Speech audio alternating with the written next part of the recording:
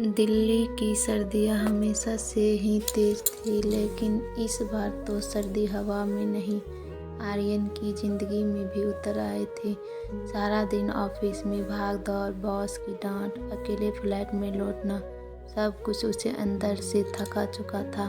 शाम का वक्त था, आसमान हल्का धुंधला और खिड़की के बाहर कबूतर किसी बात पर झगड़ रहे थे। आर्यन ने थक कर अपना बैग एक तरफ फेंका और अलमारी खोलकर अपने कपड़े ढूंढने लगा। उसके हाथों में फाइलें, कपड़े, कुछ पुरानी रसीदें और अचानक एक कोने में दबा हुआ वह पुराना भूरा स्वेटर दिख गया।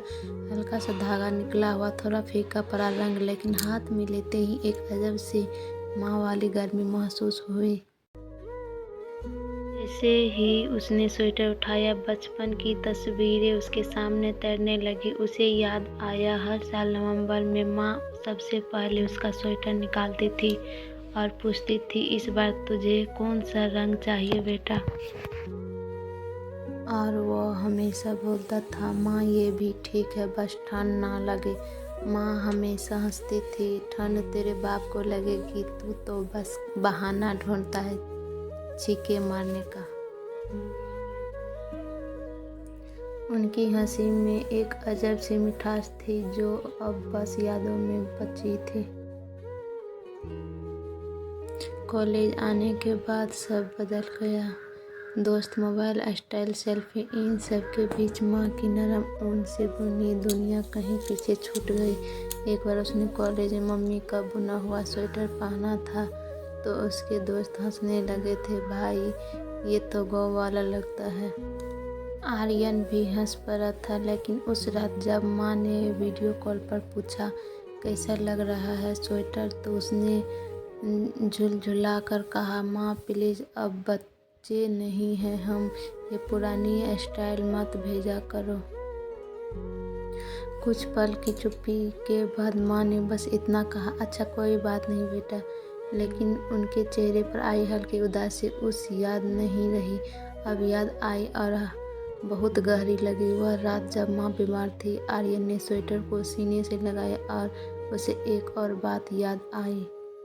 कुछ साल पहले एक ठंडी रात में माँ तेज बुखार में थी, फिर भी वह उठकर उसके लिए सूप बनाने रसोई में चले गए थे।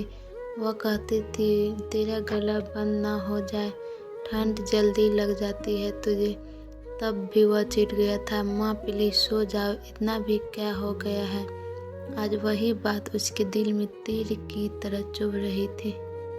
कमरे में हीटर खराब पड़ा था, हवा में ठंड थी, लेकिन उसके हाथों में स्वेटर था और उस स्वेटर में उसकी माँ की पूरी उम्र का प्यार। आर्यन ने धीरे से स्वेटर को चेहरा लगाकर सूंघा। अब भी वही हल्की हल्की और सरसों के तेल की खुशबू, उस खुशबू ने उसकी आंखें भर दी। उसे ऐसा लगा जैसे माँ अभी भी उसके बाल बिखारते हुए बोल रही हो, चलो स्वेटर पहन लो, नहीं तो छींके मारते रहना। वो अचानक बैठ गया और आंसू उसके गालों पर बहने लगे। शायद ये वही प्यार था जिसे उसने बड़ा होते होते कहीं खो दिया था। रात के 1 बज रहे थे। फ्लैट शांत था। सड़क पर कुत्तों की दूर से आती आवाज़ें और बाहर चलती हवा की सीटी। आर्यन ने स्वेटर पहन लिया और जैसे ही उसने पहना, एक ऐसी गर्माहट महसूस हुई जिसे उसने सालों से महसूस नहीं किया था। ऐसा लगा जैसे माँ ने खुद उसे गले लगाया हो, जैसे उनके हाथ उसके कंधों पर हो, जैसे वह कह रही हो, मैं हूँ ना तेरे साथ, बस तू मुस्कुरा दे।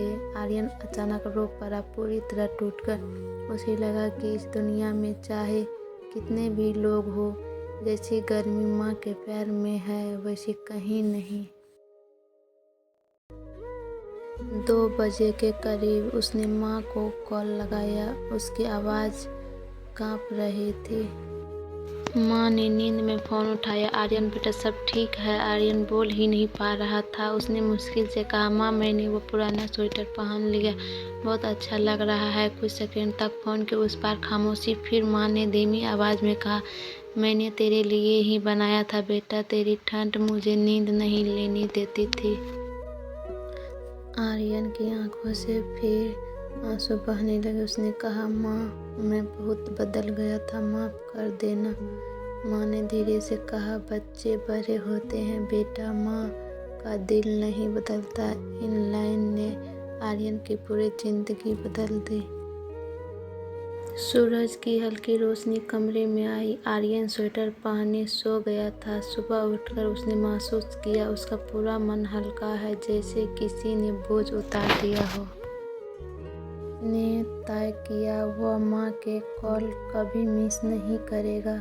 वह हर सर्दी ये स्वेटर जरूर पहनेगा और सबसे ज़रूरी, वह माँ को अपनी ज़िंदगी में फिर से सबसे पहले रखेगा,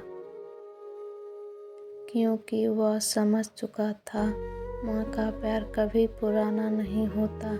हम बस बड़े होकर इसकी कदर करना भूल जाते हैं।